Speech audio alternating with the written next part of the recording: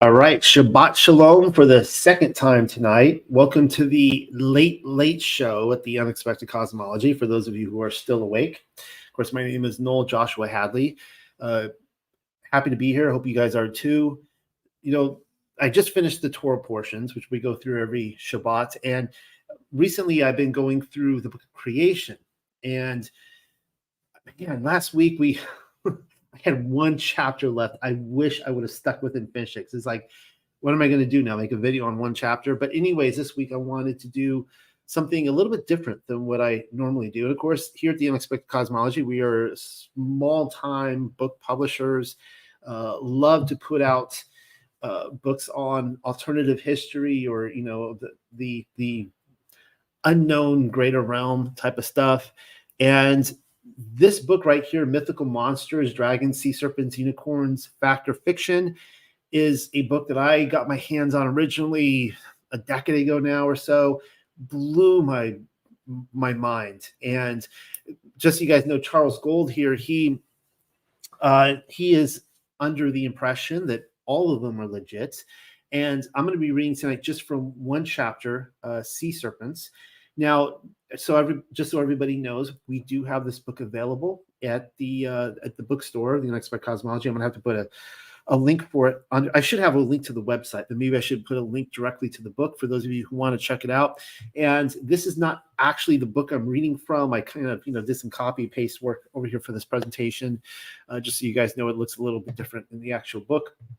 Now, Sea Serpents is something that I have been passionate about, as a kind of a side passion, hobby kind of interest for a very long time. I look out at the horizon on the ocean all the time and just look for it. I just want to see a sea serpent. I heard that the last verified report that at least I've seen was spotted off of Boston in the 1970s, to the point it washed up on the beach. Apparently they cut it up. We're not going to go that close in history, but Charles Gold was really impressive because this was written in the 1800s. His contemporaries were like Charles Darwin, right, back then. And I don't know what sort of libraries he was digging into. Maybe he had all the sources in front of him, but I find this very impressive that he was able to go to all these different libraries or whatever, get all these newspaper clippings on these different reports, looking at journals, all sorts of stuff. I will give a quick story on my love of sea serpents. Unfortunately, right now, you guys can see I'm in my quote unquote office. I'm in a hotel room. I come here because I voluntarily, every year, my wife and I and children, we come and live in a fifth wheel trailer down on the beach in Florida, and we're here for like 3 months. So I'm not at home right now. I come to the hotel room so that I can get a good recording space. But normally, if you were to see me go live in my videos back home in Charleston, I have behind me an actual illustration of a sea serpent. Now, the story on this is that we were traveling through Europe. We were living kind of country hopping 1 month at a time or so. We were in Oxford for a month. And Oxford, man, like the secondhand stores there, like if you've ever been to a used bookstore, forget everything you've ever, seen in an American used bookstore. Like in Oxford, right, they have resident professors there who have very large libraries and are reading books that, probably don't exist, if you get my drift. C.S. Lewis, for example, had, I went to his house there where he was a resident professor, and his library was so massive. And I guess after he died, they broke up the library, sent it to all these different places. We don't even know all that he was reading. I mean, I'm looking at some of these old texts and books now and going, yeah, he was into some deep stuff. And so I would go into a bookstore there and I'm finding copies of Tolkien and Lewis from the 50s, some really early stuff. So I picked up some copies there, but I'm walking down the street and I look and, I'm kind of window shopping and there's an antique map store. I'm like, what do you mean antique maps? I got to check this out, right? You walk in, there's something straight out of the movies and, just dust and stacks of papers and things framed on the walls. And I'm looking around there and the store owner, he comes up to me and he's like, can I help you with something specifically? Is there something you're looking for? And I said, would you happen to have anything to do with sea serpents? Any old maps with sea serpents on them? And he looked at me and he said, I have just the thing I think you're looking for. And he led me through the back curtain. I'm like, yes, I made it through the back curtain. And you go into the back room, and it was even more spectacular than the front room. I mean, it's just like stacks of paper and dirt everywhere, dust. I mean, this is like this old place. And he's like looking through all the stacks and stuff, and he's like, oh, there it is. And he pulls it out. And it was a sheet from a science catalog, natural history from, man, I feel so silly saying this now because I can't recall the day. I think it was the 1600s. And it was an original sheet that was printed in the 1600s. And it was cataloging all the animals all over the world. And so they have like the eel fish and these different fish on this page. And right there is, boom, the sea serpent. Now, none of these are mythological creatures. These were all creatures that were seen and observed. And he drew right there the sea serpent. I was trying to find online a page that resembled that. That is actually the actual same picture, same print of the sea serpent that I have. And the page is pretty close, but a little bit different than this. It's a little bit different, but it's pretty close to this. So that's one of my pride and joys in my collection at home, to have a page from a science journal, an actual page from an actual book that was printed hundreds of years ago, in which the sea serpent was still declared to be alive. So you can see this is chapter 9 from the sea serpent. This is a very large, I mean, this is like 70-something pages. I don't know why I'm rambling at this point. I need to get through this. It's like 11 o'clock Eastern time on a Friday night. So thank you all for being here live with me. On the dark bottom of the great salt lake, in prison lay the giant snake, with not his soul in sleep to break. Poets of the North, translated, it was called Oehlenschläger, translated by Longfellow. That Frank writer, Montaigne, says, and just so you guys know the format of this, I'm going to try to read through this as much as possible. I don't think commentary is really needed. This is just going to be more of a reading of a chapter of a book that I find fascinating and which I've been wanting to do for several years now. That Frank writer, Montaigne, says, yet on the other side, it is a Scottish presumption to disdain and condemn that for false, which unto us seemeth to bear no show of likelihood or truth, which is an ordinary faults in those who persuade themselves to be of more, this is like Old English here, to be more sufficient than the vulgar sort.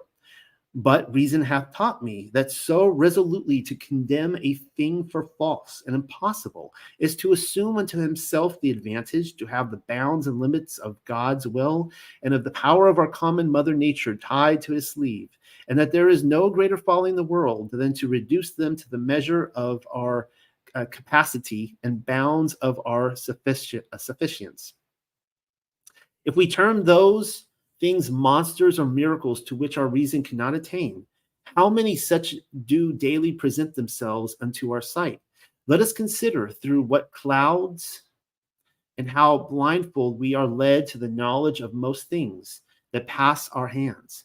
Verily we shall find it is rather custom than science that removeth the strangest of them from us, and that those things were they newly presented unto us, we should doubtless deem them as much or more unlikely and incredible than any other. So his remarks seem to me to apply as aptly to the much vexed question of the existence or non-existence of the sea serpent, as though they had been specially written in reference to it. The sea serpent, at once the belief and the denied of scientific men, the accepted and ignored according to their estimation of the evidence. Now keep in mind he's writing in the late 1800s here, of reasoners, not scientific perhaps, but intelligent and educated, the valued basis for items to the journalist, and the quintain of for every self-sufficient, I don't even know what this word is, guys, a gobmouth to telt against, appearing mysteriously at long intervals and in distant places, the sea serpent has as yet avoided capture. and the honorable distinction of being cataloged and labeled in our museums. Yet I do believe this weird creature to be a real solid fact and not a fanciful hallucination. This assertion, however, has to be sustained under many difficulties. The dread of ridicule closes the mouths of many men who could speak upon the subject, while their dependent position forces them to submit to this half bantering, half warning expostulations of their employers. When, for example, an unimaginative ship owner breaks just over his unfortunate shipmaster's head and significantly hints his hope, as I know to have been the case, that on his next voyage he will see no more sea serpents, or, in other words, that the great monster belongs to the same genus as the snakes seen in the boots of a Western dram drinker, we may be sure that an important barrier is put to any further communication on the subject from that source, at least. Or when, again, some knot of idle youngsters enliven the monotony of a long voyage by preparing a deliberate hoax for publication on their arrival, a certain amount of discredit necessarily attaches to the monster on the ultimate exposure of the jest. Now, he's bringing up a great point here, because we've seen this time and time and time again with the supernatural world, where there are hoaxers. And he's saying that in his day, there were hoaxers going around, and for publication purposes, they were making up that they were seeing these creatures. The same thing has happened in the modern day with, Sasquatch and other things, where it comes out later that they lied about it, they made it up. Often they lose their job, whatever, but they thought that they would get a good kick out of it, maybe a little publication, a little money on the side, whatever it was. Maybe they just wanted attention, and in turn, it does more damage to discredit. And of course, they probably are only hoaxing it because they don't believe it to begin with. Men also occasionally deceive themselves, and while honestly believing that they have seen his oceanic majesty, produce a story which, on analysis, crumbles into atoms and crowns him with disgrace as an imposter.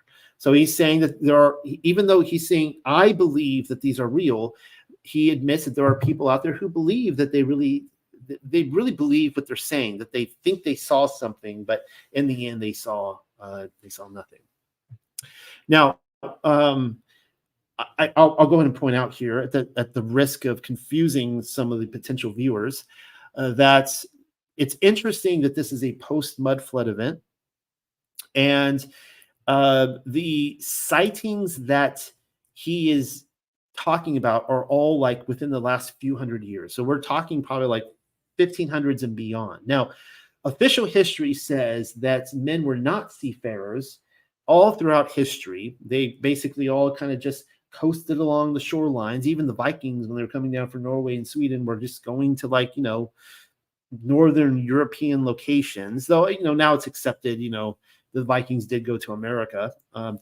But this idea is that it wasn't until Columbus and the Spaniards that they were making this long haul across the ocean. Now, interestingly enough, that is a lot of the sightings that he's talking about. I'm of the position to state that there was sea travel for thousands of years, certainly hundreds and hundreds of years before Columbus. They were going everywhere. They all knew it. And there are these different times in history when they scrub history. And then you go another 200-300 years, they scrub it again. Another couple hundred years, they scrub it again. So what we're left with at the end of it, at the receiving end, is just very, very little. And so in this time, and during the Enlightenment and the age of industry, when he's writing this, they're having this idea that they're this mythological creature, but people are still seeing them. And I think there were very few at this time. And I think they're probably gone now. I don't think they might exist, but I don't think that they're there. And I think that probably it's the same thing with whale attacks. Once boats started getting engines, we stopped seeing, these attacks. So, all right. The hard logic of science in the hand of one of our masterminds has also been arrayed against him, but fortunately weighs rather against special avatars than against his existence absolutely. Finally, the narratives of different observers disagree so much in detail that we have a difficulty in reconciling them, except upon the supposition that they relate to several distinct creatures, a supposition which I shall hope to show is not improbable, as well as that the term sea serpent is an unwarranted specific differentiation of that of sea monster, the various creatures collectively so designated being neither serpents nor indeed always mutually related. In commencing my record, I must bear in mind Mrs. Glass's proverbially, man, it's getting late, guys. Proverbially excellent advice, and admit that it is simply a history of the various appearances of a creature or creatures too fugitive to admit of specific examination, and that until by some remarkable stroke of fortune specimens are secured, their zoological status must remain an unsolved, although closely guessed at problem. Miss Pamela is watching right now, and I hope she appreciated the remark that these creatures are fugitives, because she and I were talking, because I've been researching a lot of the Leviathan. And of course, I believe the Leviathan is a spiritual entity, not a physical creature like, like a zebra or a giraffe or something like that. It's actually a spiritual entity. And we were looking at the language and stuff in scripture, particularly in Isaiah, and how it talks about it's a wandering fugitive, the Leviathan. It's really interesting. I have elsewhere stated my conviction that the serpent Midgard is only a corruption of accounts of the sea serpent handed down from times when a supernatural existence was attributed to it. And we have in the sages probably the earliest references to it, unless perhaps the serpents mentioned by Aristotle, which attacked and overset the galleys of the Libyan coast, may have been of this species. The coast of Norway, deeply indented by fords, the channels of which for a certain breadth have a depth equal to that of the sea outside, seldom less than 400 fathoms, and corresponding in some degree with the heights of the cliffs which enclose them, abounding in all kinds of fish, and in the season with whales, which at one time used to number thousands in a shoal, appears, until within the last 30 years, to have been peculiarly the favorite haunt of the serpent. Paddle and screw are probably answerable for his non-appearance on the surface lately. So he's saying that, that even the ships that are coming in now are describing why he's not surfacing. The west coast of the Isle of Skye is another locality from which several reports of it have been received during this century. Less frequently, it has been observed upon the eastern American coastline, upon the seaboard of China, and in various portions of the broad ocean. It generally follows the track of whales, and in 2 instances, observers affirm that it has been seen in combat with them. So, in combat with whales. I have no doubt but that the literature of Norway contains frequent references to it of olden date. But the earliest notice of it in that country, which I have been able to procure, is one contained in a narrative of the northeast frosty seas, declared by the Duke of Mosconia, his ambassadors, to a learned gentleman of Italy named Galicius Butrugarius, as follows. So this is the account. The lake called Moss and the island of Hofusen in midst thereof is in the degree 45.30 and 61. In this lake appeareth a strange monster, which is a serpent of huge bigness, and as to all other places of the world, blazing stars do pretend alteration, so doeth this to Norway, or so doth this to Norway. It was seen of late in the year of Christ 1522, appearing far above the water, rowling like a great pillar, and was by conjecture far off esteemed to be of 50 cubits in length. Now, one of the common things with these sightings is that, so you have a ship, you have the mast of the ship and the crow's nest on top, that these serpents would raise themselves up in the water, and their head is, they're kind of like a snake. Almost think of like a cobra or something, and they're kind of looking down at the ship. And they would talk about how that they would rise above the mast, right? I mean, that's just crazy to think about. Now, according to today's ships, that would be incredibly small, but still. And then, so Pato Pidden, the Bishop of Bergen, who published his celebrated Natural History of Norway in 1755, and who had at one time discredited its existence, quote, till that suspicion was removed by full and sufficient evidence from creditable and experienced fishermen and sailors in Norway, of which there are hundreds who can testify that they have annually seen them. So you guys get that? In 1755, the Bishop of Bergen is saying that there were hundreds of fishermen off Norway who are testifying that they didn't see them just once, that they annually see them. States that the North traders who came to Bergen every year with their merchandise thought a very strange question when they were seriously asked whether they were any such creatures, as ridiculous, in fact, as if the question had been put to them whether there be such fish or eel or cod.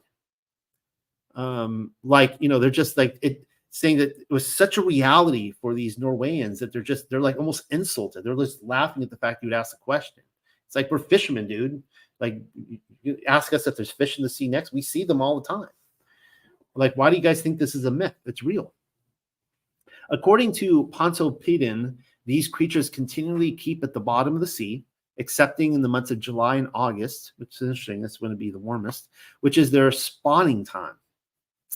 And then they come to the surface in calm weather, but plunge into the water again so soon as the wind raises the least wave.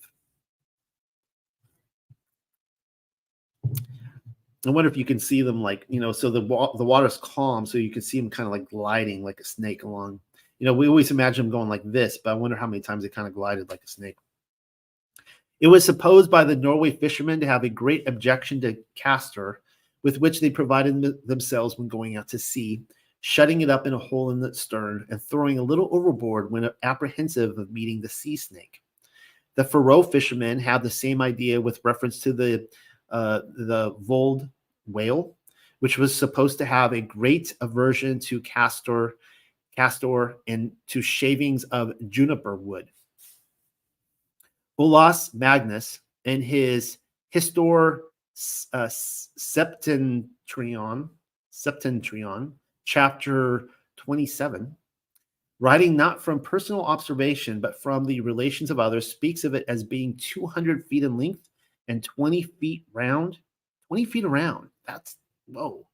Having a mane 2 feet long. Being covered with scales, having fiery eyes, disturbing ships, and raising itself up like a mast, and sometimes snapping some of the men from the deck. So it's coming down and taking dudes out on the deck. Aldro Vandus, quoting Olaus Magnus, says that about Norway, there occasionally appears a serpent reaching to 100 or 200 feet in length, dangerous to ships in calm weather, as it sometimes snatches a man from the ship. It is said that merchant ships are involved by it and sunk. Olaus Magnus also figures another serpent, which is said to inhabit the Baltic or Swedish Sea.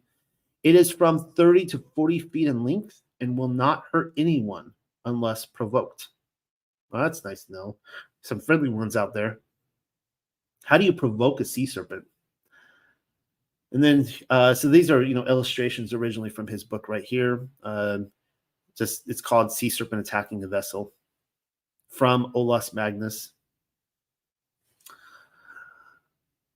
Berntsen, in his account of the fertility of Denmark and Norway, says that the sea snake, as well as the Tvold whale, sorry, I don't know how to pronounce that, often sinks both men and boats.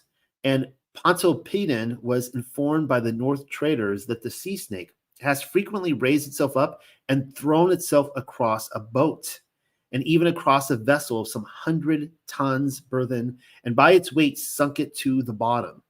So, I talked about how they would go up above the mast, right? So now they're just like, boom, just smacking down, just taking out the whole boat. And that they would sometimes raise their frightful heads and snap a man out of a boat. But this Pontoppidan does not vouch for, and indeed says that if anything, however light, be thrown at and touch them, they generally plunge into the water or take another course. Hans, afterwards Bishop Egede, in his full and particular relation of my voyage to Greenland as a missionary in the year 1734, figures and describes a sea monster which showed itself on his passage. He says, on the 6th of January, 1734, when off the south coast of Greenland, a sea monster appeared to us whose head, when raised, was on a level with our main top. So there you go. Its snout was long and sharp, and it blew water almost like a whale. It had large, broad paws. Its body was covered with scales. Its skin was rough and uneven. I don't know by the paws there if he's talking about like arms, but wouldn't surprise me. Its body was covered with scales. Its skin was rough and uneven. In other respects, it was as a serpent. And when it dived, its tail, which was raised in the air, appeared to be a whole ship's length from its body. In another work, The New Survey of Old Greenland, Egede speaks of the same monster with the addition that the body was full, as thick, and as big in circumference as the ship that he sailed in. The drawing, which I reproduced, you have to wonder, like, if they're anything like a snake, and like, if you ever watch a snake eat something, like, I mean, I don't know, like, what if it ate like a shark or a small whale or something like that, and then like its body gets like really big or something. The drawing, which I reproduce, figure 68, that's right here, we'll see that in a second, appears to have been taken by another missionary, Mr. Bing, who stated that the creature's eyes seemed red and like burning fire. The paws mentioned by Egede were probably paddles like those of the Liasic saurians. Okay, so anyways, there's the drawing they made of it there. And it's got like it looks like the Dilophosaurus from Jurassic Park. It's got like a crest, almost like a cobra. It looks like a cobra there with its skin, its flap coming down, and there's breathing out water. That's not fire, that's water from its mouth.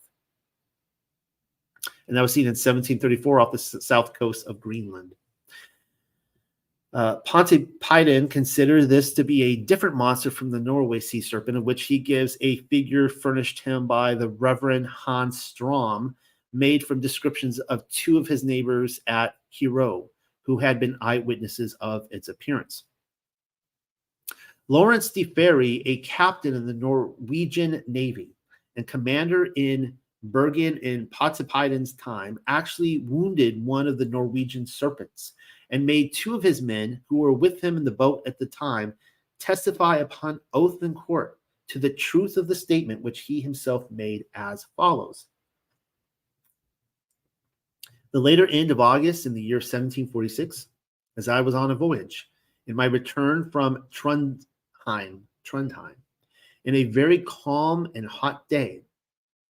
So here we remember now, July and August, right? Hot days, and it's a calm day. So we're seeing some themes here with these testimonies. Having a mind to put in at Mold, it happened that when we were arrived with my vessel within 6 English miles off the aforesaid Mold, being at a place called Jewel Naves, as I was reading in a book, I'd like to know what he was reading, but he was just reading a book. I heard a kind of murmuring voice from amongst the men at the oars, who were 8 in number, and observed that the man at the helm kicked off from the land. Upon this, I inquired what was the matter, and was informed that there was a sea snake before us. I then ordered the men at the helm to keep to the land again, and to come up with this creature, of which I had heard so many stories. Though the fellows were under some apprehensions, they were obliged to obey my orders. In the meantime, this sea snake passed by us, and we were obliged to tack the vessel about in order to get nearer to it.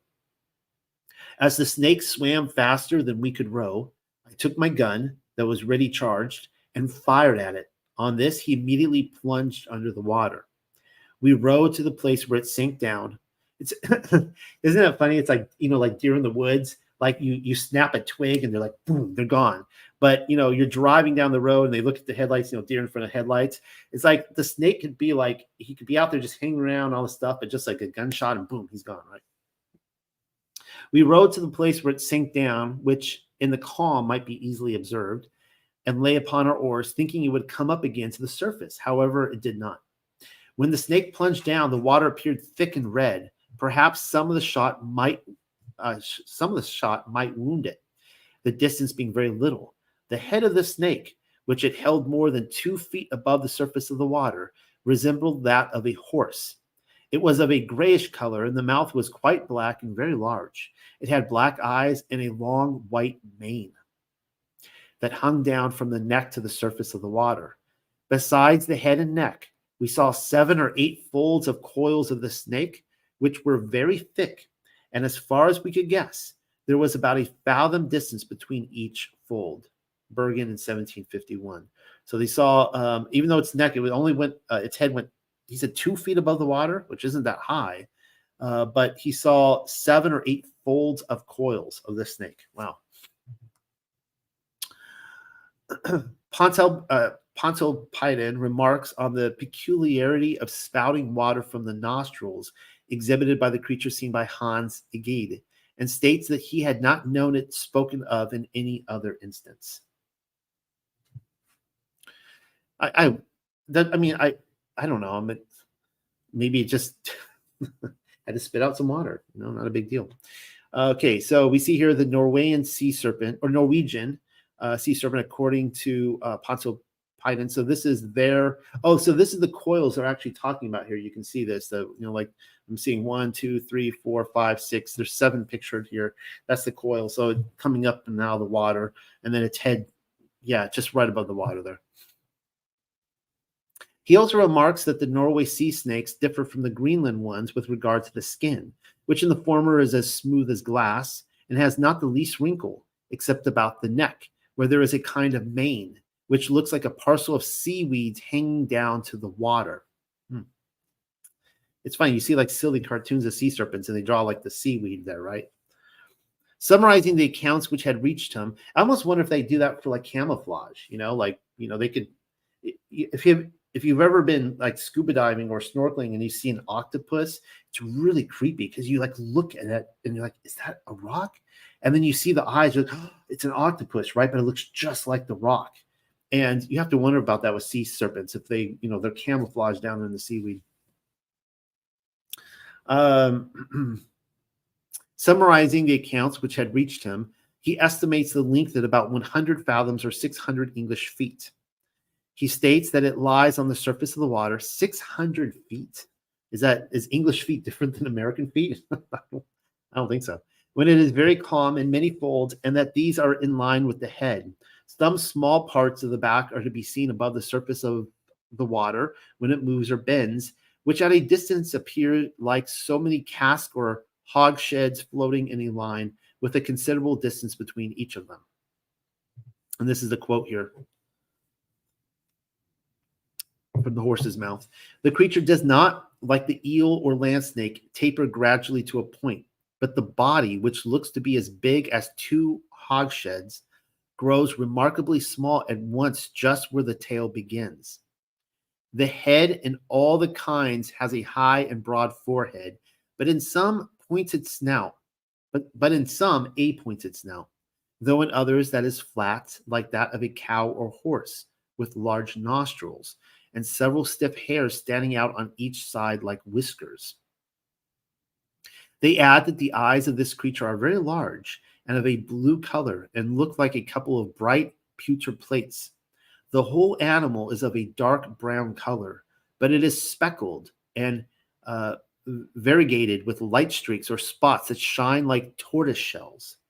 It is of a darker hue about the eyes and mouth than elsewhere, and appears in that part a good deal like those horses, which we call Morseheads. He mentions 2 places, one at Amundsvegen in Nordfjord, the other at the island of Carmen, where carcasses of it had been left at high water. He supposes it to be viviparous. In an account of the Laplanders at Finnmark by Knud Leems, with the notes of Gunnar, Bishop of Drothim. This is Copenhagen, 1767. I find, quotes, the sea of Finnmark also generates the snake or marine serpents, 40 paces long, equaling in the size of the head the whale, and form the serpents. So a head as big of a whale. I mean, that's a pretty big head, right? This monster has a maned neck resembling a horse. So it's interesting. Some people describe it as like seaweed looking, but then others call it like a mane, like a horse, right? And then they talk about the whiskers.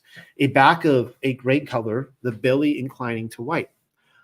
And then we continue on the canicular days when the sea is calm. There's a familiar theme again. The marine serpent usually comes up, winding into various spirals, of which some are above, the others below the water. This would be the up and down coil, right? The seamen very much dread this monster, nor while he is coming up do they easily entrust themselves to the dangers of the deep. Can you imagine that? I mean, you're just minding your own business, you're at sea, and you look out there and you see that thing coming up to you, and you're like, oh man, what is this thing going to do? Right? It only attacks if it's like, invoked or whatever, but it's it's like, let's get out of here, and it's following us. Mr. J. Ramus records a large sea snake, which was seen in 1687 by many people in Dramsfjorden. It was in very calm weather, again, calm weather. And so soon as the sun appeared and the wind blew a little, it shot away just like a coiled cable that is suddenly thrown out by the sailors. And they observed that it was some time in stretching out its many folds.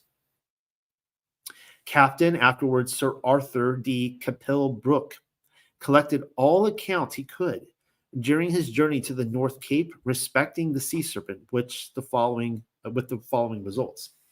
And he quotes, as I had determined on arriving at the coast to make every inquiry respecting the truth of the accounts which had reached England the preceding year of the sea serpent, having recently been seen off this part of Norway, I shall simply give the different reports I received during my voyage to the North Cape, leaving others to their own conclusions, and without expressing, at least for the present, my opinion respecting them.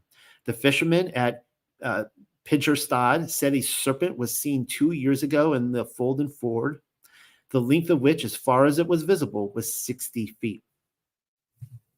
At Ottersjön, the postmaster, Captain Schilderup, what a fun name, Captain Schilderup, who had formerly been in the Norwegian sea service and seemed a quick, intelligent man, stated that the serpent had actually been off the island for a considerable length of time during the preceding summer in the narrow parts of the sound between this island and the continent, and the description he gave was as follows. Hold on, I need to drink a coffee before I read this.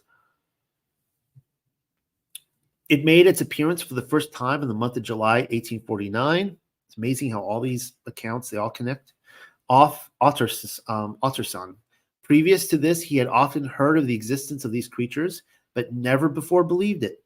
I hear the same thing with Sasquatch all the time. They say they never believed any of the accounts. They thought it was all fake, but once you're standing in front of them, you'll never forget it. During the whole of that month, the weather was excessively sultry and calm, and the serpent was seen every day nearly in the same part of the sound. It continued there while the warm weather lasted, lying motionless and as if dozing in the sunbeams. The number of persons living on the island, he said, was about 30, the whole of whom, from motives of curiosity, went to look at it while it remained. This was confirmed to me by subsequent inquiries among the inhabitants, who gave us similar accounts of it.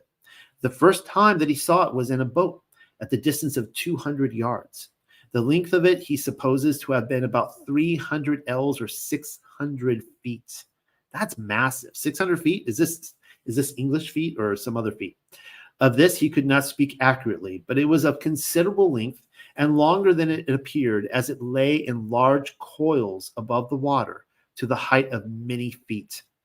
Its color was grayish. At the distance at which he was, he could not ascertain whether it was covered with scales, but when it moved, it made a loud crackling noise, which he distinctly heard. Its head was shaped like that of a serpent, but he could not tell whether it had teeth or not.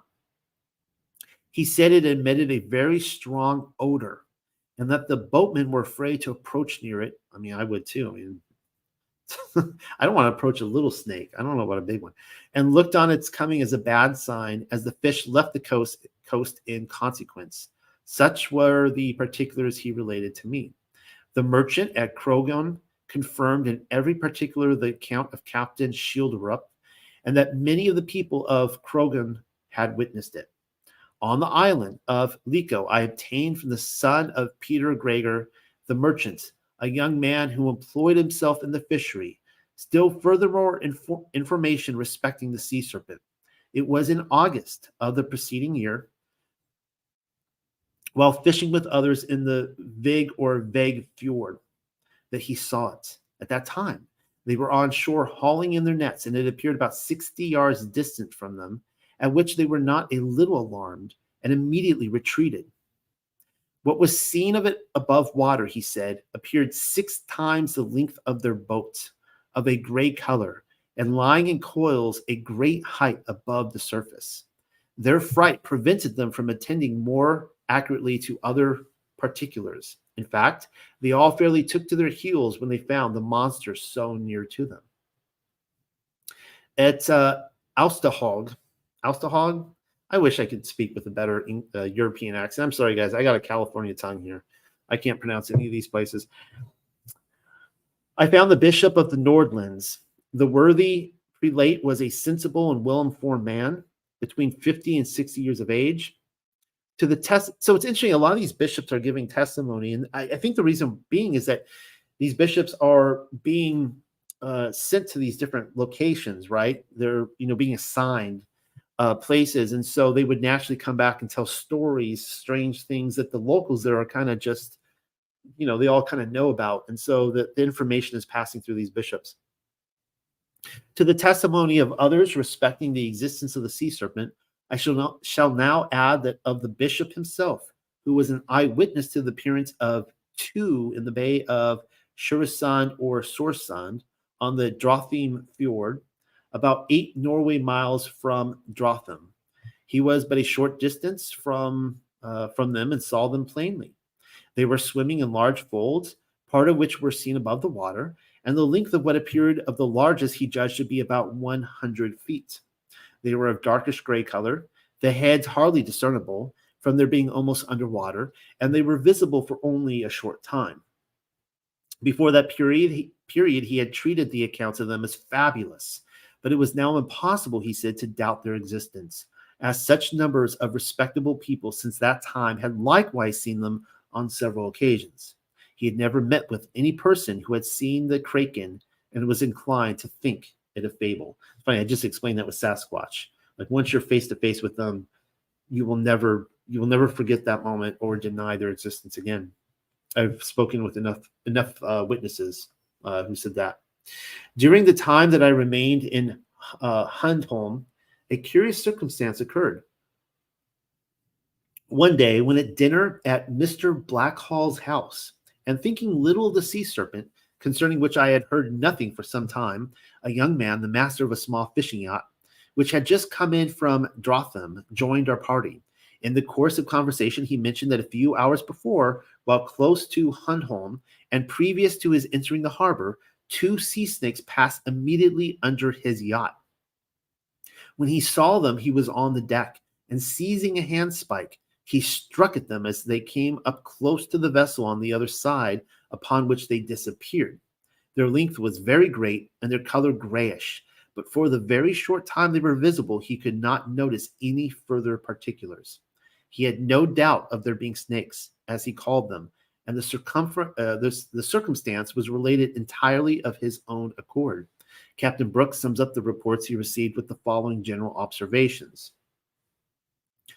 And he quotes, taking upon the whole a fair view of the different accounts related in the foregoing pages respecting the sea serpent, no reasonable person can doubt the fact that some marine animal of extraordinary dimensions, and in all probability of the serpent tribe, having been repeatedly seen by various persons along the Norway and Finnmark coast. These accounts, for the most part, have been given verbally from the mouths of the fishermen, a honest and artless class of men who, having no motive for misrepresentation, cannot be suspected of a wish to deceive. Could this idea, however, be entertained, the circumstance of their assertions having been so fully confirmed by others in more distant parts, would be sufficient to free them from any imputation of this kind. The simplest facts are these. In traversing a space of full 700 miles of coast, extending to the most northern point, accounts have been received from numerous persons respecting the appearance of an animal called by them a sea serpent. This of itself would induce some degree of credit to be given to it. But within these several relations as to the general appearance of the animal, its dimensions, the state of weather when it was seen, and other particulars are so fully confirmed, one by the other, at such considerable intervening distances, every reasonable man will feel satisfied of the truth of the main fact. Many of the informants, besides, were of superior rank and education, and the opinions of such men as the Amtmann, or the governor of Finnmark, Mr. Steen, the clergyman of Karsel, Prosten Dean Deanbol of Vadzo, and the bishop of Nordland and Finnmark, who was even an eyewitness, ought not to be disregarded. The bishop of Nordland has seen two of them about 8 miles from Drothim, the largest being apparently 100 feet, and in 1822, one as bulky as an ox, and a quarter of a mile in length, appeared off the island of Sorrow near Finnmark and was seen by many people. Now, this is really fascinating to me, because really you can go back to, Greek Roman times, even before. You can see depictions of sea serpents all over in their mosaics. During the Crusades, there was a famous coin that was distributed that showed a sea serpent next to a dolphin. And so the thing is that how in the world are we in the 1800s and people still think this is a myth, and yet they're all seeing it? Well, this goes back to what I'm saying, that I think we go every couple hundred years, we just get history scrubbed and scrubbed and scrubbed. And so we're always taught that things from 200-300 years ago was a myth, right? Not having the zoologist at hand, I now quote a resume of short notices extracted from it, contained in the Illustrated London News for October 28, 1848, as follows. Our attention has been drawn to the zoologist for the past year. Oh, I'm blocking that for you guys. Our attention has been drawn to the zoologist for the past year, wherein are several communications tending to authenticate the existence of the great sea serpent. Thus, in the number for February 1847, we find paragraphs quoted from the Norse newspapers stating that in the neighborhood of Kristiansund and Mold in the province of Romsdal in Norway, several highly respectable and credible witnesses have attested the seeing of the serpent. In general, they state that it has been seen in the larger Norwegian fords, seldom in the open sea. In the large bights of the sea at Kristiansund, it has been seen every year, though only in the warmest season, in the dog days, and then only in perfectly calm weather and unruffled water. Its length is stated about 44 feet and twice as thick as a common snake in proportion to the length. That's kind of interesting. So if you can imagine a snake, if you take the same length of a snake, double its width. The front of the head was rather pointed, the eyes sharp, and from the back of the head commenced the mane like that of a horse. Man, they're all relating, all these stories. The color of the animal was a blackish brown, though usually they're silverish or gray, right? It swam swiftly with serpentine movements like a leech. One of the witnesses describes the body to be 2 feet in diameter, the head as long as a brandy anchor or 10-gallon cask, and about the same thickness, not pointed but round. It had no scales, but the body quite smooth. The witness acknowledged Pontoppidan's representation to be like the serpent he saw. The writer of this article received letters from Mr. Soren Knudson, stating that a sea serpent had been seen in the neighborhood of Kristiansund by several people, and from Dr. Hoffman, a respectable surgeon in Mold, stating that lying on a considerable ford to the south of Kristiansund, Rector Hammer, Mr. Krabt, curate, and several persons very clearly saw while on a journey a sea serpent of very considerable size. 4 other persons saw a similar animal July 28, 1845. There's July again. The next communication, dated Sons Parsonage, August 31st, 1846, records the appearance of a supposed sea serpent on the 8th. So I guess this would be the 8th of August, in the course between the islands of Sarderleer and Toss. Early on this day, just as the streamer Bjorgen, passed through Rogny Ford, towering a vessel to Bergen. Man, this makes me want to go to Norway. Oh, man. Daniel Solomonson, a cotter, saw a sea monster swimming from the ford in a westerly direction towards his dwelling. how can I pronounce this? At Granavigsgatset. That's an awesome name. Granavigsgatset, whatever. In the northern part of the parish of Sund. The head appeared like a faring boat about 20 feet long, keel uppermost, and from behind it raised itself forward in 3, and sometimes 4 and 5 undulations, each apparently about 12 feet long. So I think they're saying that these coils coming over, there's 4 or 5 of them at a time, and each one of them are about 12 feet long as it goes up and down. On the same morning, a lad out fishing in the ford saw a serpent, which he describes to have been 60 feet long. For further information on the Norwegian sea serpent, I am indebted to the excellent chapter devoted to the question generally contained in Mr. Gossay's Romance of Natural History, first series, from which I transfer without abbreviation a statement made by the Reverend Dinbull, Archdeacon of Mold. And he says, on the 20th of July, 1845, there it is again, July, J.C. Lund, bookseller and printer, and G. Kroll, merchant, Christian Flang, Lund's apprentice, and John Eagleson, laborer, were out on Romsdal Ford fishing. The sea was, after a warm sunshine day, quite calm. About 7 o'clock in the afternoon, a little distance from shore, near the ballast place and Mold Hove, they saw a large marine animal which slowly moved itself forward, as it appeared to them, with the help of 2 fins on the fore part of the body nearest the head, which they judged from the boiling of the water on both sides of it. The visible part of the body appeared to be between 40 and 50 feet in length and moved in undulations like a snake. The body was round and of a dark color and seemed to be several ells in thickness. As they discerned a waving motion in the water behind the animal, they concluded that part of the body was concealed under water, that it was one connected animal. Let me read that again. It's getting late. That it was one connected animal they saw plainly from its movement.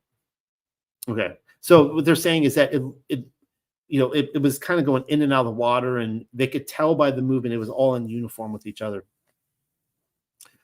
When the animal was about 100 yards from the boat, they noticed, so it's coming up to the boat, it looks like. They noticed tolerably correctly its forepart, which ended in a sharp snout. Its colossal head raised itself above the water in the form of a semicircle. So it's like kind of curled around as it's coming up. The lower part was not visible. The color of the head was dark brown and the skin smooth. They did not notice the eyes or any mane or bristles on the throat. When the serpent came about a musket shot near, Lund fired at it and was certain the shot hit it in the head. After the shot, he dived but came up immediately. He raised his head like a snake preparing to dart on its prey. Wow. After he had turned and got his body in a straight line, which he appeared to do with great difficulty, he darted like an arrow against the boat. They reached the shore, and the animal, perceiving it had come into shallow water, dived immediately and disappeared in the deep. Mr. Goss further quotes a statement made by an Englishman writing under the signature of Onesis in the Times of November 4th, 1848, to the effect that, and here's his quote, a parish priest residing on Romsdal Ford, about 2 days' journey south of Drontheim, an intelligent person whose veracity I have no reason to doubt, gave me a circumstantial account of one which he had himself seen. It rose within 30 yards of the boat in which he was and swam parallel with it for a considerable time.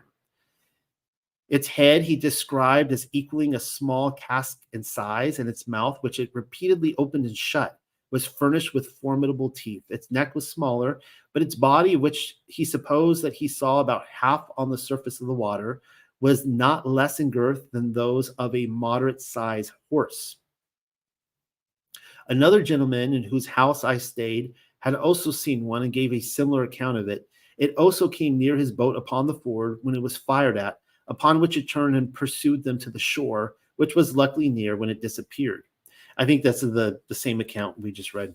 They expressed great surprise at the general disbelief attached to the existence of these animals among naturalists, and assured me that there was scarcely a sailor accustomed to those inland lakes who had not seen them at one time or other. The Reverend Alfred C. Smith, a naturalist who visited Norway in 1850. Man, I want to go to Norway in the 1850s. Going on a fishing expedition. Summarizes the results of his investigation in the words, "And I cannot withhold my belief in the existence of some huge inhabitant of those northern seas, when, to my mind, the fact of his existence has been so clearly proved by numerous eyewitnesses, many of whom were too intelligent to be deceived and too honest to be doubted." Passing from these numerous narratives, which are distinguished for a remarkable agreement in the main characteristics described, I will proceed to some of those whose scene lies on our own coast. In 1809, Mr. McLean, the parish minister of Eigg, communicated to Dr. Neal, the secretary of the Wernerian Society, the following statement.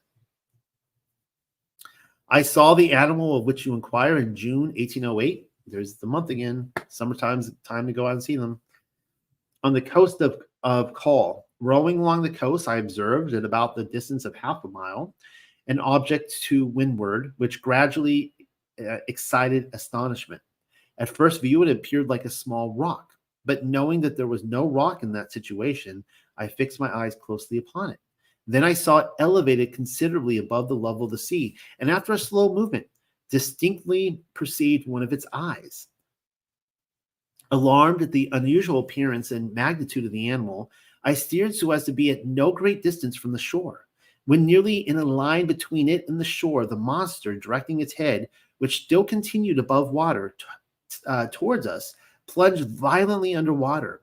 Certain that he was in chase of us, we plied hard to get ashore." That has to be a horrific moment to realize that, yeah, that's not a rock. It sees you and it's coming after you. "Just as we leapt out on a rock and had taken a station as high as we conveniently could, we saw it coming rapidly underwater towards the stern of our boat.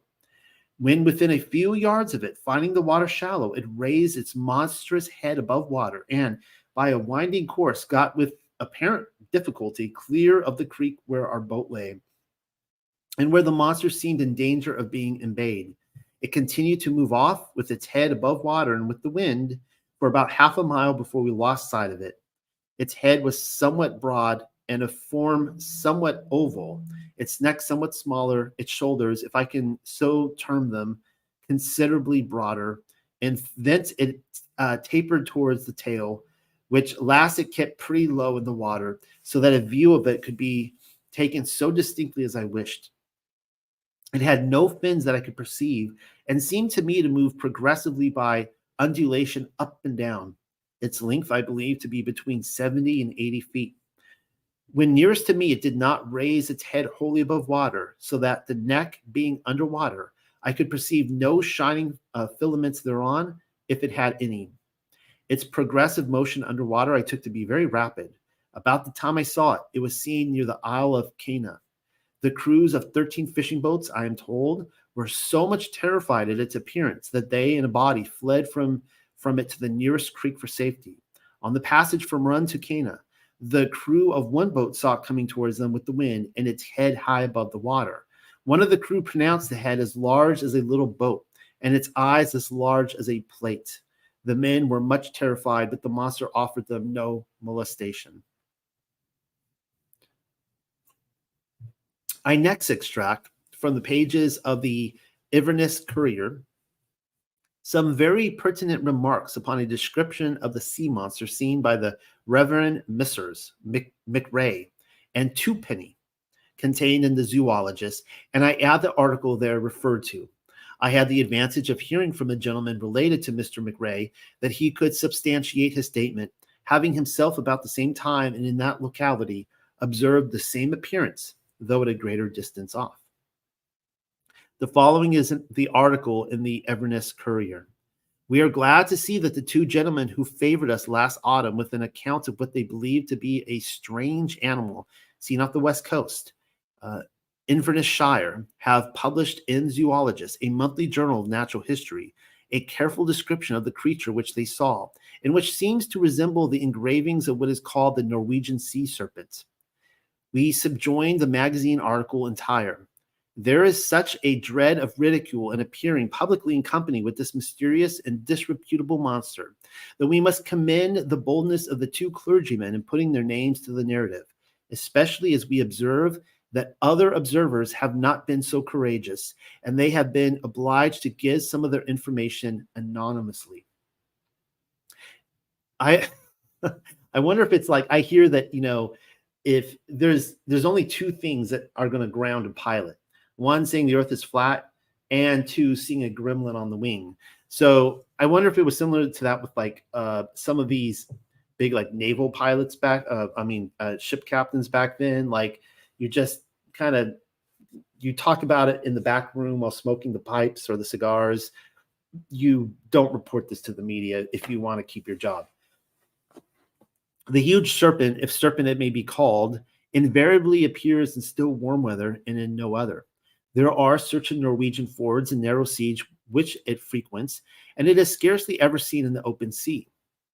In the present case, the limit in which the animal has been seen on our coast is Loch Duick or Dooch, Loch Dooch, to the north, and the Sound of Mole to the south, only about a fifth of the space between Cape Wrath and the Mole of Kintyre. Cape Wrath.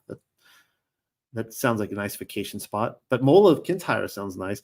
And it is in that part it should be most looked for. We beg to draw the attention of our readers on the West Coast to the fact, now established on indubitable evidence, of the supposed animal having been seen there last year, and to the possibility of its appearing again in similar weather this year.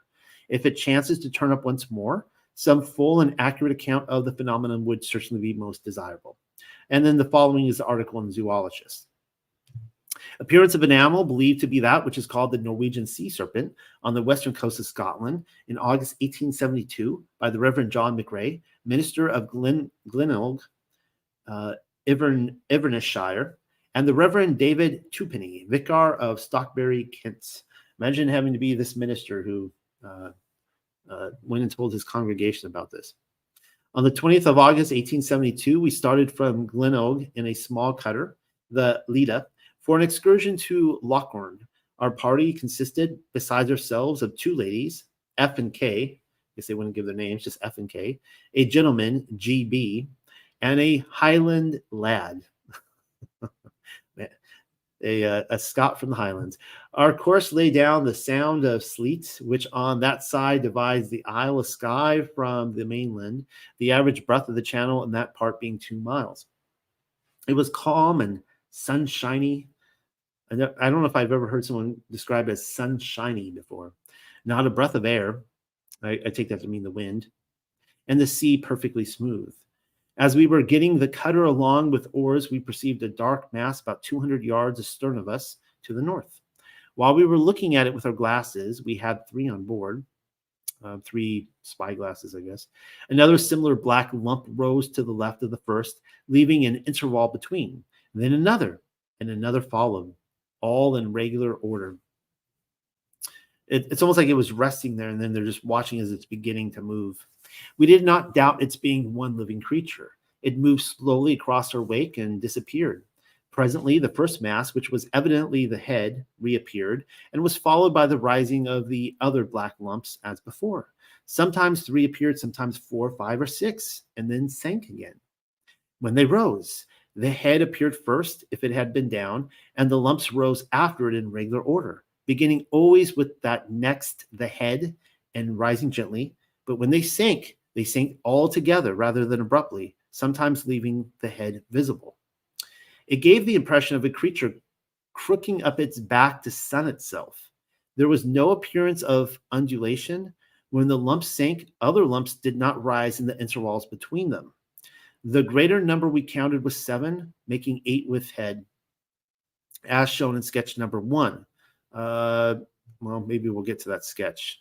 2 engravings are given.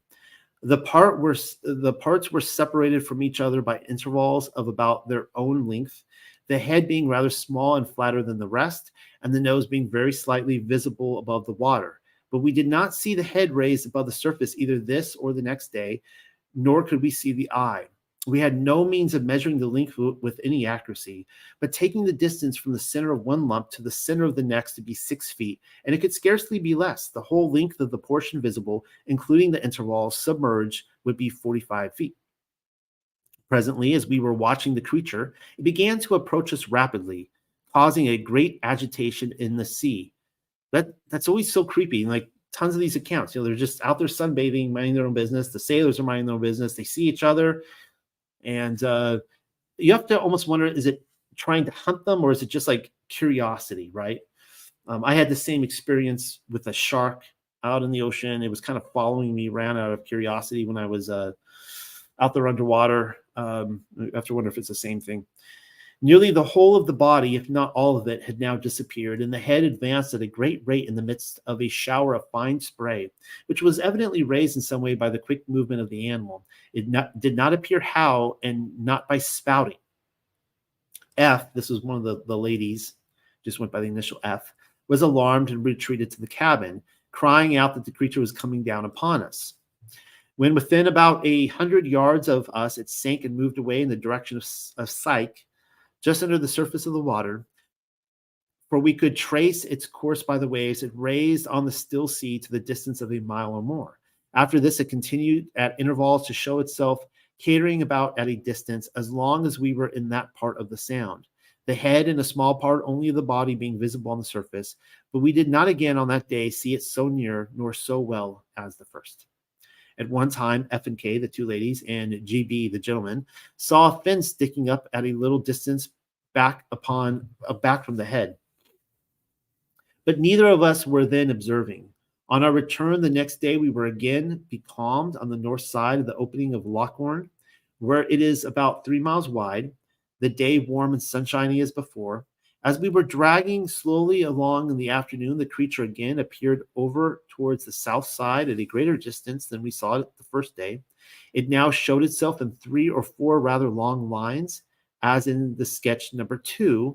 Hopefully we'll get to these sketches. And looked considerably longer than it did the day before, as nearly as we could compute. It looked at least 60 feet in length. Soon it began careering about, showing but a small part of itself, as on the day before, and appeared to be going up Lochorn. Later in the afternoon, when we were still becalmed in the mouth of Lochorn, and by using the oars had nearly reached the island of Sandag, it came rushing past us about 150 yards to the south on its return from Lochorn. It went with great rapidity, its black head only being visible through the clear sea, followed by a long trail of agitated water. As it shot along, the noise of its rush through the water could be distinctly heard on board. There were no organs of motion to be seen, nor was there any shower of spray as on the day before, but merely such a commotion in the sea as its quick passage might be expected to make. Its progress was equally and smooth, like that of a log towed rapidly. For the rest of the day, as we worked our way home northwards through the sound of sleet, it was occasionally within sight of us until nightfall, rushing about at a distance as before, and showing only its head. Man, this thing is stalking them all day. This is like Jaws or something, and a small part of its body on the surface. It seemed on each day to keep about us, and as we were always then rowing, we were inclined to think it perhaps might be attracted by the measured sound of the oars. Its only exit in this direction to the north was by the narrow strait of Kylerhea, dividing Skye from the mainland, and only a third of a mile wide, and we left our boat, wondering whether this strange creature had gone that way or turned back again to the south. We have only to add to this narrative of what we saw ourselves, the following instances of its being seen by other people, of the correctness of which we have no doubt. The ferrymen on each side of Kylerhea saw it pass rapidly through on the evening of the 21st and heard the rush of the water. They were surprised and thought it might be a shoal of porpoises, but could not comprehend their going so quickly. Finally, Finlay McRae of Bundleloch in the parish of Kintail was within the mouth of Lochorn on the 21st with other men in his boat, and saw the creature at about the distance of 150 yards. 2 days after we saw it, Alexander Macmillan, boat builder at Dorney, was fishing in a boat in the entrance of Loch Duick, halfway between Drudag and Castle Donan, when he saw the animal near enough to hear the noise and see the ripple it made in rushing along the sea. He says that what seemed its head was followed by 4 or more lumps, or half rounds, as he calls them, and that they sometimes rose and sometimes sank together. He estimated its length and not less than between 60 and 80 feet. He saw it also on 2 subsequent days in Loch Duick, or Loch Duch, maybe. On all these occasions, his brother Farquhar was with him in the boat, and they were both much alarmed and pulled to the shore in great haste. A lady at Dewsdale in Skye, a place overlooking the part of the sound which is opposite the opening of Loch Gorn, said that she was looking out with a glass when she saw a strange object on the sea, which appeared like 8 seals in a row. This was just about the time that we saw it. We were also informed that about the same time it was seen from the island of Eigg, between Eigg and the mainland, about 20 miles to the southwest of the opening of Loch Gorn. We have not permission to mention the names of these 2 last instances, John McRae and David Twopenny. P.S. The writers of the above account scarcely expect the public to believe in the existence of the creature which they saw. Rather than that, they look for the disbelief and ridicule to which the subject always gives rise, partly on account of the animal having been pronounced to be a snake, without any sufficient evidence, but principally because of the exaggerations and fables with which the whole subject is beset. Nevertheless, they consider themselves bound to leave a record of what they saw in order that naturalists may receive it as a piece of evidence, or not, according to what they think it is worth. The animal will very likely turn up on those coasts again, and it will be always in that dead season, so convenient to editors of newspapers, for it is never seen but in the still warm days of summer or early autumn. There is a considerable, seems to me like that's the time to go out and hang in boats, but there's a considerable, if you, I just wanted to lounge around, but maybe not a lot of vacationers back then. There is a considerably probability that it has visited the same coast before. In the summer of 1871, some large creature was seen for some time rushing about in Loch Duich, but it did not show itself sufficiently for anyone to ascertain what it was. Also, some years back, a well-known gentleman of the West Coast, now living, was crossing the Sound of Mull from Mull to the mainland on a very calm afternoon when, as he writes, our attention was attracted to a monster which had come to the surface, not more than 50 yards from our boat. It rose without causing the slightest disturbance of the sea or making the slightest noise, and floated for some time on the surface, but without exhibiting its head or tail, showing only the ridge of the back, which was not that of a whale or any other sea animal that I have ever seen. The back appeared sharp and ridge-like, and in color very dark, indeed black, or almost so. It rested quietly for a few minutes, and then dropped quietly down into the deep, without causing the slightest agitation. I should say that about 40 feet of it, certainly not less, appeared on the surface. It should be noticed that the inhabitants of the western coast are quite familiar with the appearance of whales, seals, and porpoises, and when they see them, they recognize them at once. Whether the creature which pursued Mr. McLean's boat off the island of Cole in 1808, and of which there is an account in the Transactions of the West Wernerian Society, was one of these Norwegian animals, it is not easy to say. Survivors who knew Mr. McLean say that he could quite be relied upon for truth. I love that statement there where it says that, that these people who live there, these fishermen who live in the ocean, they see whales, they see porpoises, they see seals all the time. They know what they look like. And then all these other people are probably, mocking them, saying, oh, that's probably what they were. It's like, dude, have you seen whales? Because we see them all the time. Like, this was not a whale. Like, we know the difference. It's kind of like when people, going back on Sasquatch, people are like, oh, that was like a sickly coyote or like a bear or something. It's like, no. Like you can, when you're face to face with it, you know the difference. The public are not likely to believe in the creature till it is caught.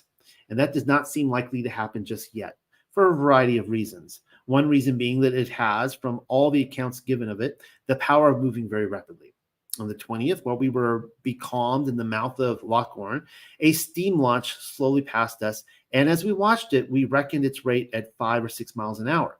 When the animal rushed past us on the next day at about the same distance, and when we were again becalmed nearly in the same place, we agreed that it went twice as fast as the steamer, and we thought that its rate could not be less than 10 or 12 miles an hour. It might be shot, but would probably sink.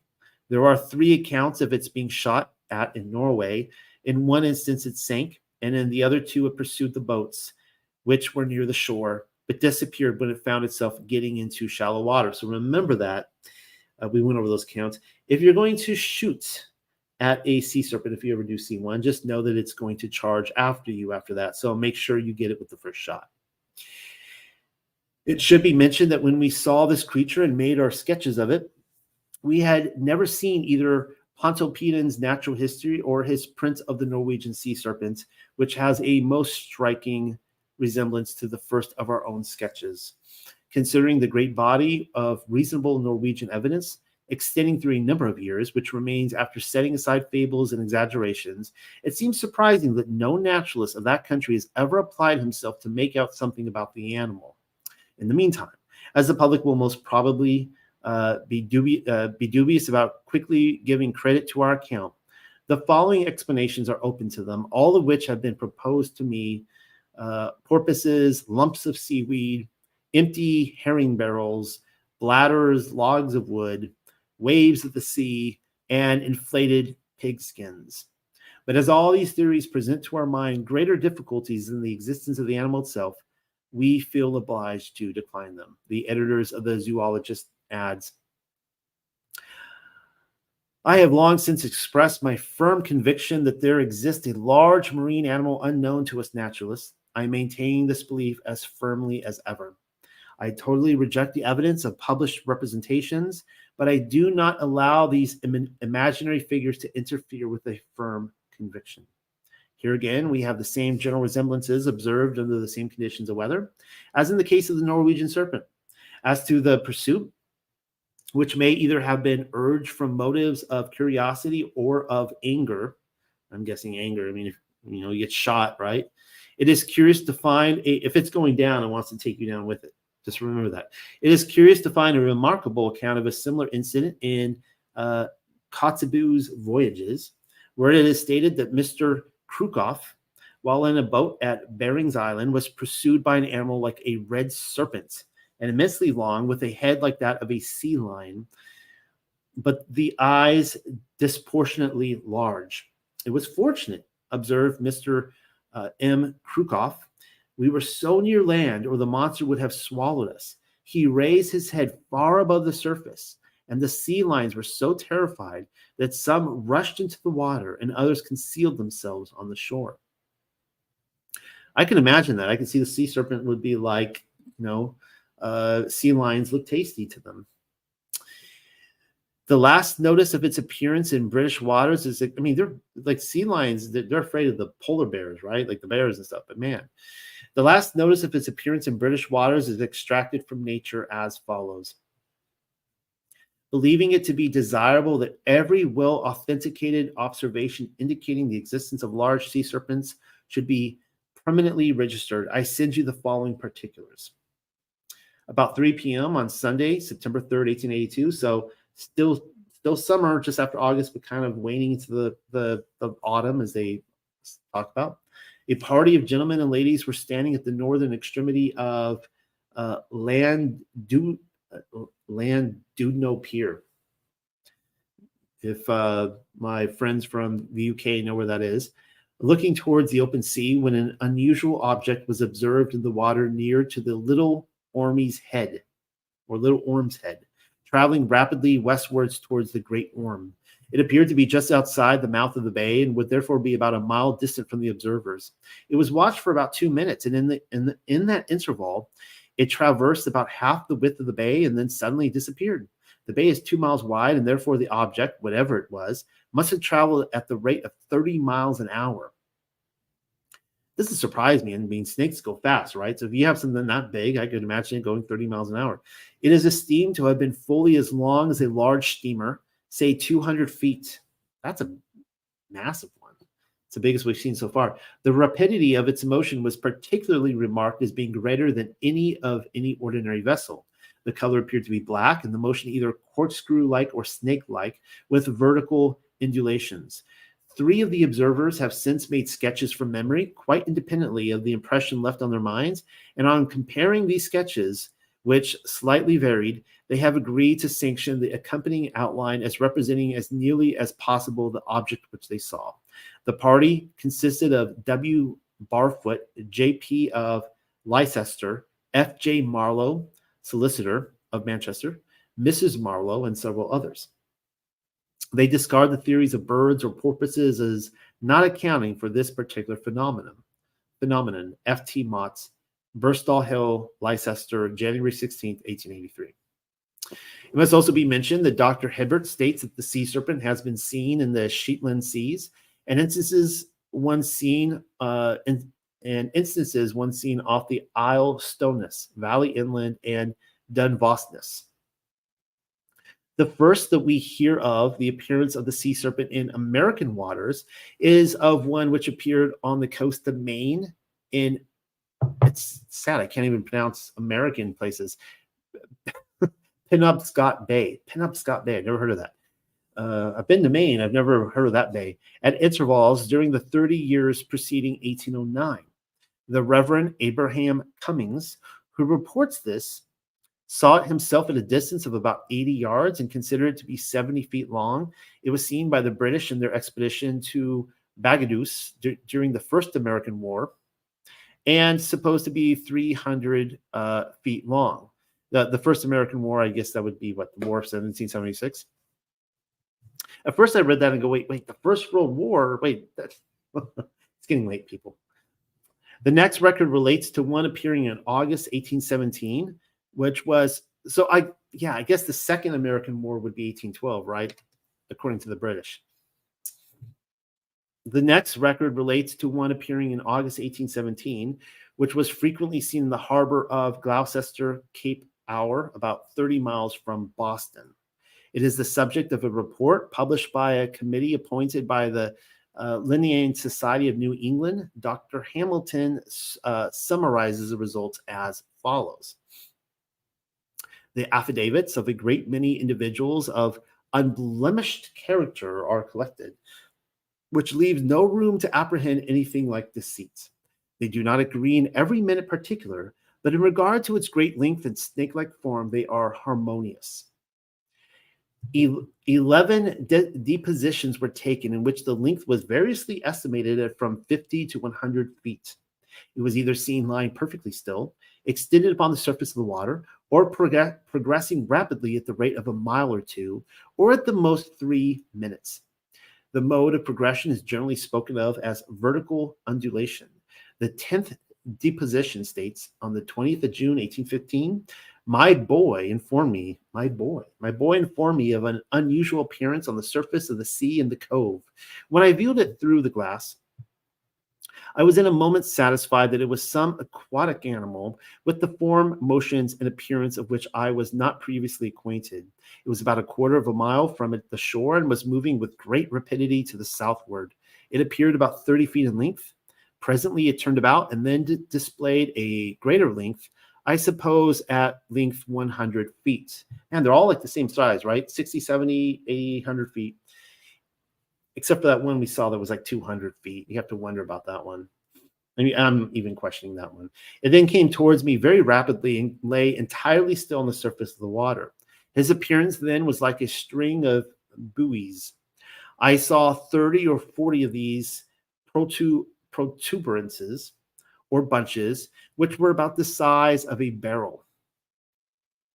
The head appeared 6 or 8 feet long and tapered off to the size of a horse's head. He then appeared about 120 feet long. The body appeared of a uniform size, the color deep brown. I could not discover in any eye, mane, gills, or breathing holes. I did not see any fins or lips.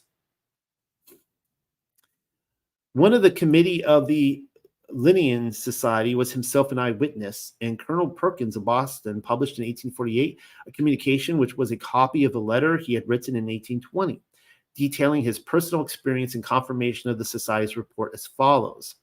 In a few moments after my exclamation, I saw on the opposite side of the harbor, at about 2 miles from where I had first seen or thought I saw the snake, the same object, moving with a rapid motion up the harbor on the western shore.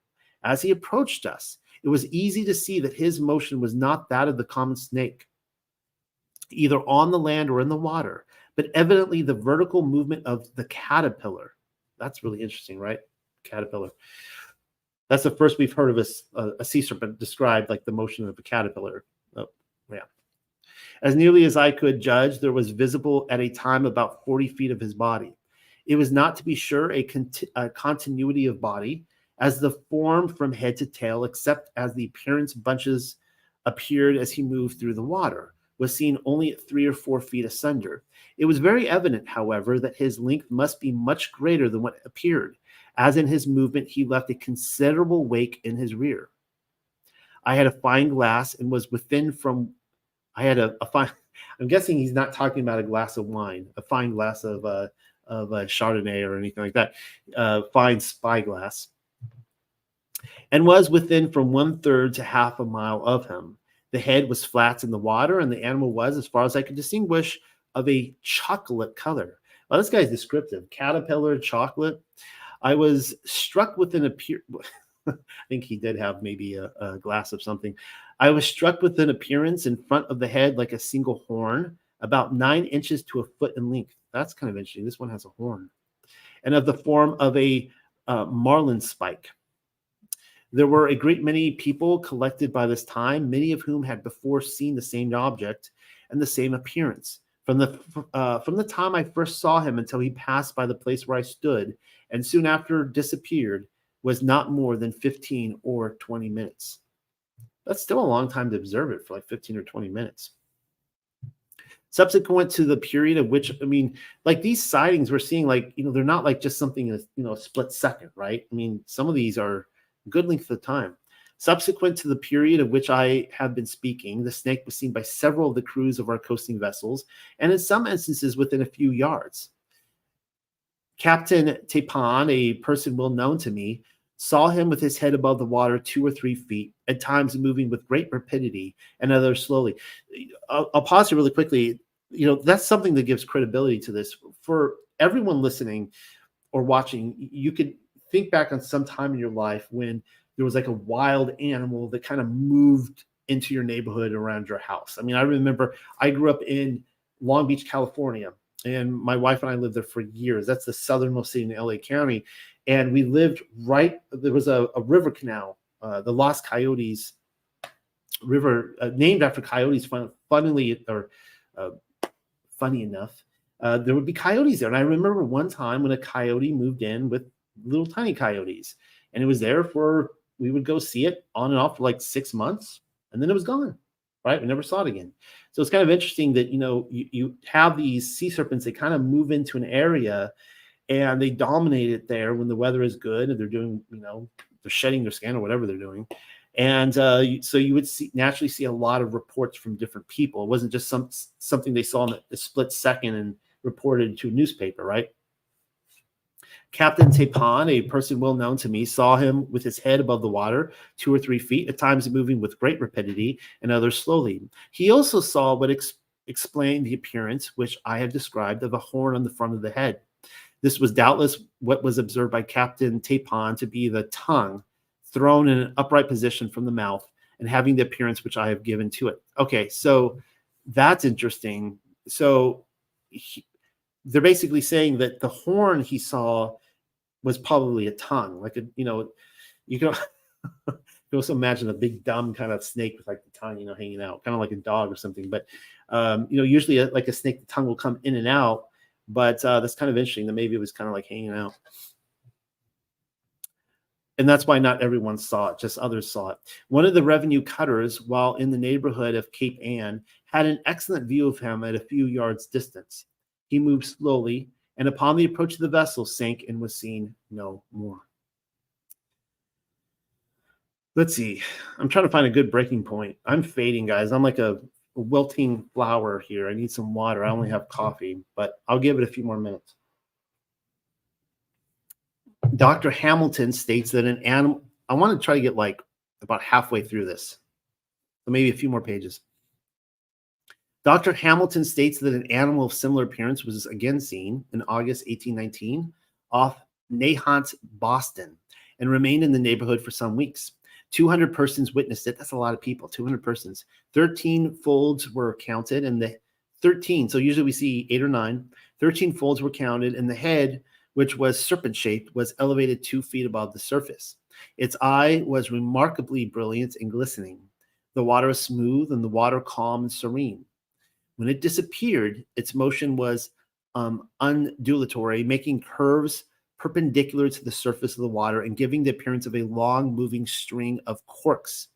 It appeared again off Nahant in July 1833. So this is a almost 20 years difference, or 15 years difference. Appeared 1819, and then it appeared the same place 1833. Both summertime, August and July. It was first seen on Saturday afternoon, passing between Egg Rock and the promontory, winding his way into Lynn Harbor, and again on Sunday morning, heading for South Shores. It was seen by 40 or 50 ladies and gentlemen who insisted that they could not have been deceived. All right, so what is this an illustration of? Okay, this is the sea serpent seen by the crew of HMS Daedalus in 1848. And this one, it's not doing like the arches up and down. It seems to be just going in a straight line. And that looks like a snake. That looks like a snake head. The Zoologist for May 1847 contains an account of a sea serpent seen in Mahoney Bay, about 40 miles east of Halifax. I've been there to Halifax. Getting up into Canada by 5. Why is it that like the cold? What is it about the cold weather? We're not seeing any sightings in like South America or Cuba or the Caribbean or wherever. We were surprised by the sight of an immense shoal of grampuses, which appeared in an unusual state of excitement, and which in their gambols approached so close to our little craft that some of the party amused themselves by firing at them with rifles.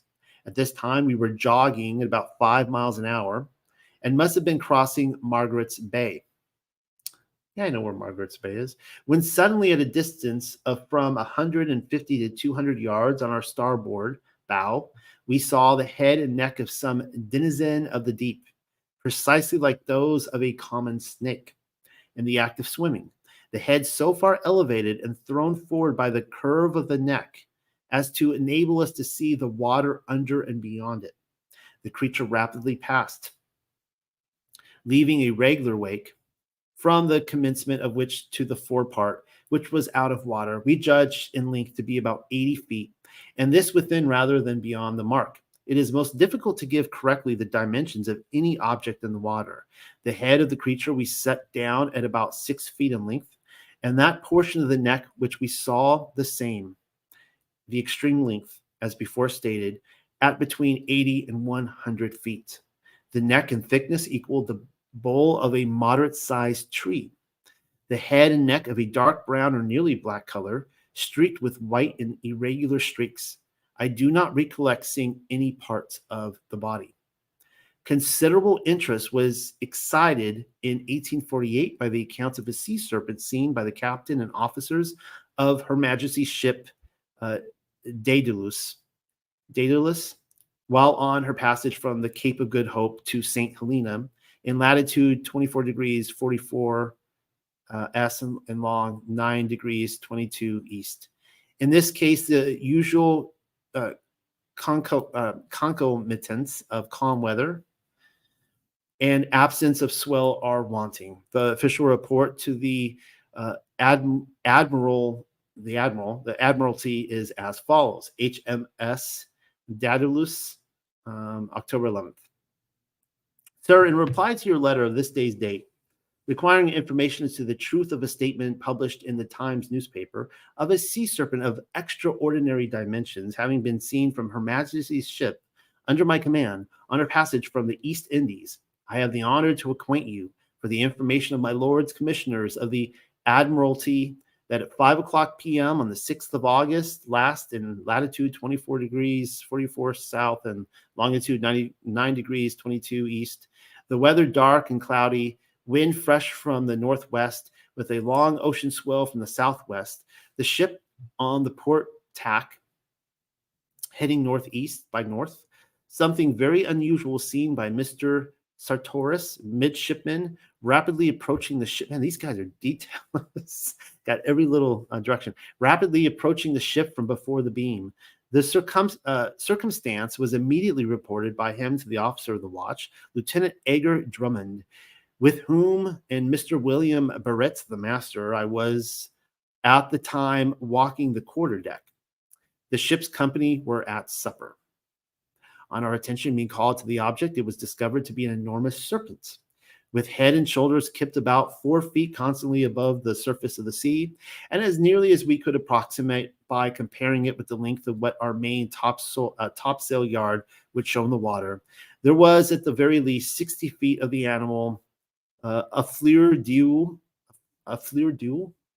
no portion of which was, in our perception, used in propelling it through the water, either by vertical or horizontal undulation. It passed rapidly, but so close under our lee quarter that had it been a man of my acquaintance, I should have easily recognized his features with the naked eye, and it did not, either in approaching the ship or after it had passed our wake, deviate in the slightest degree from its course to the southwest, which it held on the pace of from 12 to 15 miles per hour, apparently on some determined purpose. The diameter of the serpent was about 15 or 16 inches behind the head, with which, without any doubt, that of a snake. And it was never, during the 20 minutes that it continued inside of our glasses, once below the surface of the water, its color a dark brown with yellowish white about the throat. It had no fins, but something like the mane of a horse, or rather a bunch of seaweed, washed about its back. It was seen by the quartermaster, the boatswain mate, and the man at the wheel, in addition to myself and officers above mentioned. I am having a drawing of the serpent made from a sketch taken immediately after it was seen, which I hope to have ready for transmission to my lords commissioners of the Admiralty by tomorrow's post. Peter McHugh, we'll just call him Peter McHugh, to Admiral Sir W.H. Gage, GCB, Devonport. This drawing was figured in the Illustrated London News, an illustration of a short but very valuable memoir, and is reproduced upon a smaller scale here. A similar, perhaps the same monster was fallen in with at a slightly later date, 20 degrees further south, as described in a letter addressed to the editor of The Globe, Mary Ann of Glasgow, October 19th, 1848. Sir, I have just reached this port on a voyage from Malta to Lisbon, and my attention having been called to report relative to an animal seen by the master and crew of Her Majesty's ship, Daedalus, I take the liberty of communicating the following circumstance. When clearing out of the port of Lisbon upon the 30th of September last, we spoke the American brig Daphne of Boston, Mark Trelawney, master. She signaled for us to heave to, which we did, and standing close round her counter, lay to while the mate. Wait, let me say this again. And standing close round her counter, lay to while the mate boarded us with the jolly boat. All right, well, not worded the best, or maybe it's just getting late. I don't know. And handed a packet of letters to be dispatched per first steamer for Boston on our arrival in England. The mate told me that when in latitude 4 degrees 11 south, longitude 10 degrees 15 east, wind dead north upon the 20th of September, a most extraordinary animal had been seen. From his description, it had the appearance of a huge serpent or snake with a dragon's head. Immediately upon it being seen, one of the deck guns was brought to bear upon it, which, having been charged with spike nails and whatever other pieces of iron could be got at the moment, was discharged at the animal. I don't know why they felt the need to shoot at it, but then only distant about 40 yards from the ship. It immediately reared its head in the air and plunged violently with its body, showing evidently that the charge had taken effect. The Daphne was to leeward at the time, but was put about on the starboard tack and stood towards the brute, which was seen foaming and lashing the water at a fearful rate. There, it was just minding its own business, and they came up and shot it with a bunch of rusty nails. Upon the brig nearing, however, it disappeared, and though evidently wounded, made rapidly off at the rate of 15 or 16 knots an hour, as was judged from its appearing several times upon the surface. The Daphne pursued for some time, but the night coming on, the master was obliged to put about and continue his voyage. From the description, this is the first time we've seen anyone chase after it, which is interesting. It's like the first time that they see one, hey, let's go shoot it with a bunch of rusty nails, and then they chase it, like, interesting. From the description given by the mate, the brute must have been nearly 100 feet long, and they called it a brute. And his account of it agrees in every respect with that lately forwarded to the Admiralty by the master of the Daedalus, James Henderson, master. The accounts of the creature seen by the officers and crew excited more than the usual attention given to these stories, for the professional status of the observers guaranteed at once the veracity of their statement and the probability of their judgment being accurate. Considerable correspondence ensued, including a very masterly attack upon the identification of the creature by Professor Owen, which will be again referred to further on. It also elicited another sea serpent story, which appeared in the Bombay Bi-Monthly Times for January 1849. I see in your paper of the 30th of December a paragraph in which a doubt is expressed of the authenticity of the account given by Captain McHugh of the great sea serpent. When returning to India in the year 1829, I was standing on the poop of the Royal Saxon in conversation with Captain Petrie, the commander of that ship. We were at a considerable distance southwest of the Cape of Good Hope, in the usual track of vessels to this country, going rapidly along 7 or 8 knots in fine, smooth water. It was in the middle of the day, and the other passengers were at luncheon, the man at the wheel, a steerage passenger, and ourselves being the only persons on the poop. Captain Petrie, that's a fun word to say when you're at midnight trying to stay awake. They were at the poop. Captain Petrie and myself at the same instant were literally fixed in astonishment by the appearance, a short distance ahead, of an animal which no more generally correct description could be given than that by Captain McHugh or McHugh. It passed within 35 yards of the ship without altering its course in the least, but as it came right abreast of us, it slowly turned its head towards us. Apparently, about 1/3 of the upper part of its body was above water in nearly its whole length, and we could see the water curling up on its breast as it moved along. But by what means it moved, we could not perceive. We saw that this apparently similar creature in its whole length, with the exception of a small portion of the tail, which was underwater, and by comparing its length with that of the Royal Saxon, about 600 feet, when exactly alongside it in passing, we calculated it to be in that, as well as its other dimensions, greater than the animal described by Captain Yuho. I am not quite sure. I pronounce his name differently every time I read it. I am not quite sure of our latitude and longitude at the time, nor do I exactly remember the date, but it was about the end of July. R. Davidson, superintending surgeon. Yeah.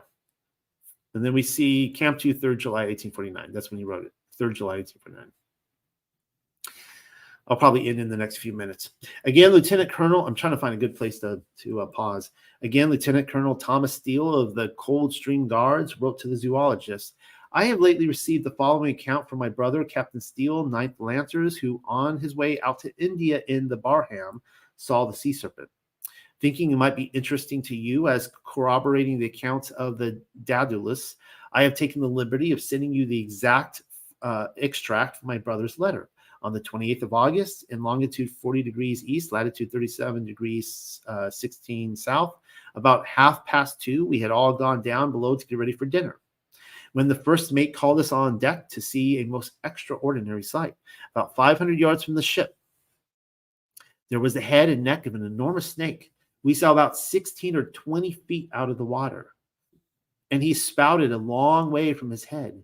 Down his back, he had a crest like a cock's comb, and was going very slowly through the water, but left a wake of about 50 or 60 feet, as if dragging a long body after him. The captain put the ship off her course to run down to him, but as we approached him, he went down, His color was green with light spots. He was seen by everyone on board. My brother is no naturalist, and I think this is the first time the monster has ever been seen to spout. One of the officers of the ship wrote, on looking over the side of the vessel, I saw a most wonderful sight, which I shall recollect as long as I live. His head appeared to be about 16 feet above the water, and he kept moving it up and down, sometimes showing his enormous neck, which was surmounted with a huge crest in the shape of a saw. So that's interesting. The other called it like a cock. And other people, I think, did other people describe it as seaweed? But he's saying it's like a rigid saw.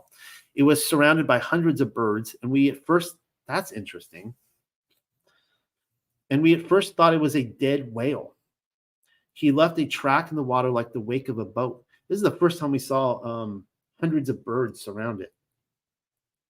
And from what we could see of his head and part of his body, we were led to think he must be about 60 feet in length, but he might be more. The captain kept the vessel away to get nearer to him. And when we were within 100 yards, he slowly sank to the depth of the sea. While we were at dinner, he was seen again. The Times of February 5th, 1858 contains a statement made by Captain Harrington of the ship Castilian and certified to by his chief and second officers as follows. Let's see, how long is this account going to go? Oh man, this one goes on. Okay, I might end it right there, and maybe I'll just pick up right here. Next time, I'll try to end it. I got about 40 pages in, so, and I am, I can't go much longer. So, I hope you guys enjoyed that. I enjoyed reading that, and that was incredible stuff. And so, see you guys next week. We'll do this again. I'll hopefully finish it next week. And I am spent. Good night, guys.